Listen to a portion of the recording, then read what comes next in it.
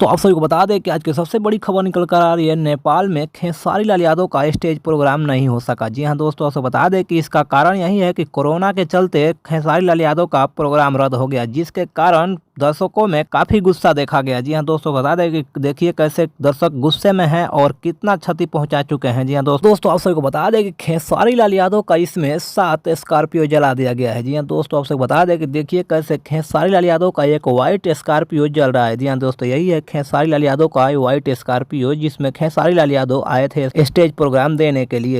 और इन लोगों की वजह से इसमें बताइए, अगर मैं आया और मुझे प्रशासन, पूरे नेपाल के प्रशासन 20 लोग आकर घेर लिए कि आप नहीं जा सकते, क्योंकि कोविड के लिए ऑलरेडी कार्यक्रम कैंसिल किया गया था।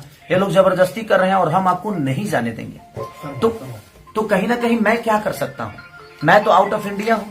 दोस्तों ये भी क्या करें, इनको भी 500 रुपये देना पड़ा है। जी हाँ दोस्तों, बता दें खेसारी लाल यादव के स्टेज प्रोग्राम देखने के लिए इनको चार्ज देना पड़ा है 500 रुपये। जी हाँ दोस्तों, बस बता दें कि 500 रुपये कमाने में दिन भर लग जाता है, जबकि ये लोग 500 रुपये दे करके दिन भर बिताए हैं खेसारी लाल यादव को देखने के लिए। तो इसीलिए ये सब अपना गुस्सा दिखा रहे हैं। पूरी जनता से मैं क्षमा प्रार्थी मांगता हूँ कि मेरी गलती नहीं है, आप लोग मुझे दोषी ना समझें, क्योंकि मैं आपके प्यार और आपके मोहब्बत के लिए, आपके मनोरंजन के लिए दिनों रात मेहनत करता हूं और हमेशा करता रहूंगा।